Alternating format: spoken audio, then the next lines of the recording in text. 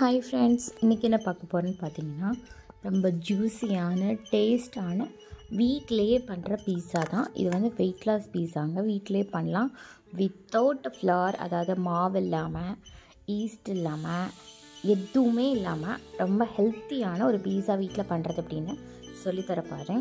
இதுக்கு வந்து அவனே தேவையில்லை, வீட்டில் இருக்கிற பேனே போதும், அதில் வச்சே பண்ணிடலாம். ரொம்ப சிம்பிளாக இருக்கும், ஆயிலுமே ரொம்ப கம்மி தாங்க. வாங்க இது எப்படி பண்ணலான்னு வீடியோக்குள்ளே போகலாம்.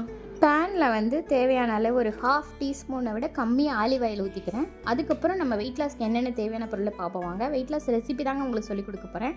அதுக்கு ஒரு பல்லாரி பொடியை நறுக்கியிருக்கேன், தக்காளி ஒன்று பொடியை நறுக்கியிருக்கேன், கார்ன் வந்து கொஞ்சோண்டு ஒரு 10-15 எடுத்திருக்கேன். அதுக்கப்புறம் வந்து மஷ்ரூம் வந்து ஒரு கையளவு எடுத்துருக்கிறேன். அதுக்கப்புறம் பார்த்தீங்க அப்படின்னா கருவேப்பிலை, பச்சை மிளகா, அவ்வளோதான். இப்போ நல்லா எண்ணெய் காஞ்சிருச்சு. இப்போ அந்த பேனில் கருவேப்பிலையும் பச்சை மிளகாவும் லைட்டாக போட்டுட்டு உடனே நம்ம வந்து பல்லாரி போடுறோம், வெட்டி வச்ச பல்லாரியை போடுறோம். அது லைட்டாக வந்து கிண்டி விட்டுட்டு லைட்டாக வந்து கோல்டன் கலரில் வந்த உடனே மஷ்ரூம் போடுங்க, காளான் அது ஒரு கையளவு போட்டு அதுவும் நல்லா லைட்டாக வதக்கிடுங்க.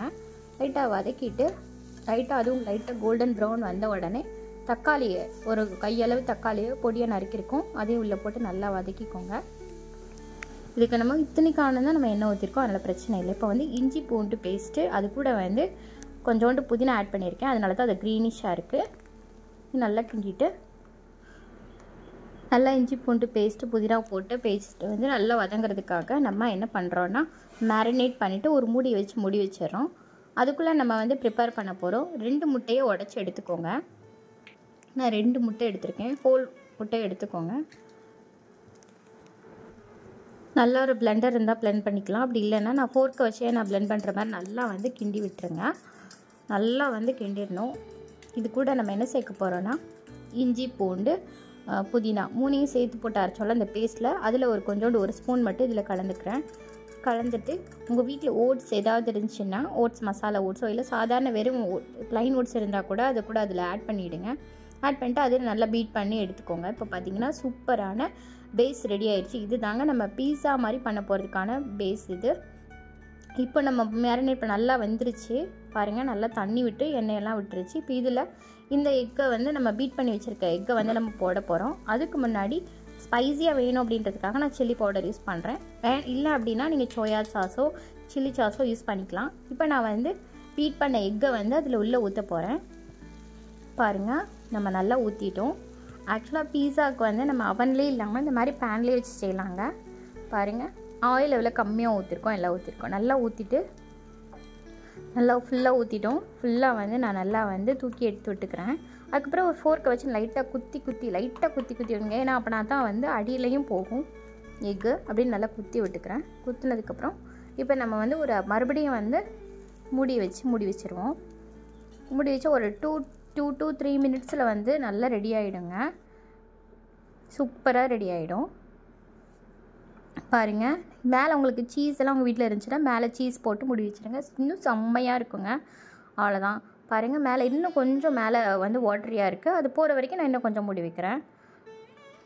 இந்த மாதிரி நல்ல பேன் இருந்துச்சுன்னா பிரச்சனை இல்லை, கொஞ்சம் ஈஸியாக வந்துடும் நம்ம முடிச்சிட்டு இருந்தாலே.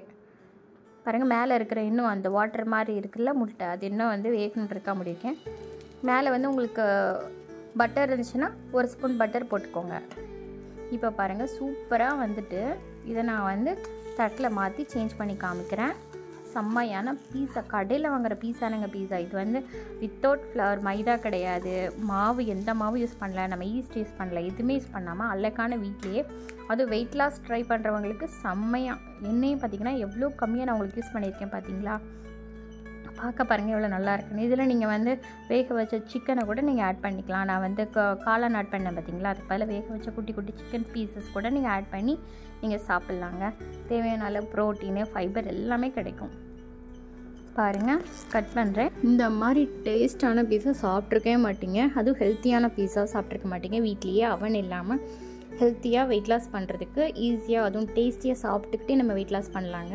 இந்த மாதிரி வெயிட் லாஸ் சீரீஸில் என்னென்ன ரெசிபியெல்லாம் நான் போடுறேன். நீங்கள் பிடிச்சிருந்தால் லைக் பண்ணுங்கள், கமெண்ட் பண்ணுங்கள், என் சேனலில் பிடிச்சிருந்தால் சப்ஸ்கிரைப் பண்ணுங்கள். டெய்லி நான் வந்து வெயிட் லாஸ்க்கு என்னென்ன ரெசிபிஸ் எல்லாம் நான் உங்களுக்கு போட்டு வரேங்க.